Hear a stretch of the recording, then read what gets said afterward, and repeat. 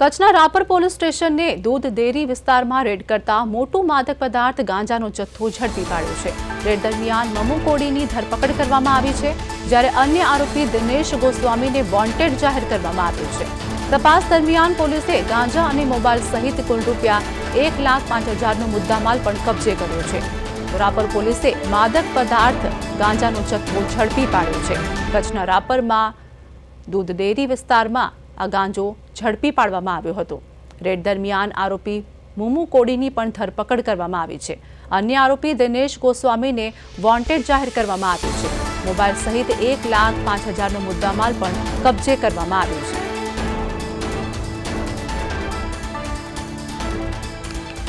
કચ્છમાં ગાંજાનો જથ્થો ઝડપી લેવામાં આવ્યો છે। આ સાથે જ એક આરોપીની ધરપકડ કરવામાં આવી છે। આરોપી મુમુ કોડીની ધરપકડ થઈ છે।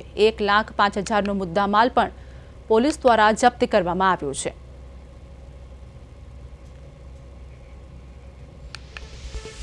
તો કચ્છની વાત કરીએ, કચ્છમાં ગાંજાનો જથ્થો ઝડપાયો છે। ગાંજાના જથ્થા સાથે એક આરોપીની પોલીસે ધરપકડ કરી છે, જેમાં આરોપી મમુ કોડીની પોલીસ દ્વારા ધરપકડ કરવામાં આવી હતી। અને આની કિંમતની વાત કરીએ કે 1,05,000નો મુદ્દામાલ પણ પોલીસે જપ્ત કર્યો છે। સંવાદદાતા જગદીશ અમારી સાથે જોડાઈ ગયા છે। ગાંજાનો જથ્થો ઝડપાયો છે કચ્છમાંથી, શું વધુ અપડેટ જગદીશ?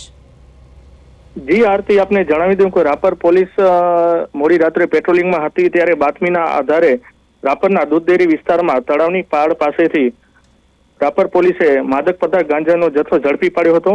2 કિલોથી વધુની કિંમતનો ગાંજો ઝડપી પાડ્યો હતો, જ્યારે રેડ દરમિયાન આરોપી મમુ કોડીની ધરપકડ કરવામાં આવી હતી, જ્યારે અન્ય આરોપી દિનેશ ગોસ્વામી હાજર મળી આવ્યો ન હતો।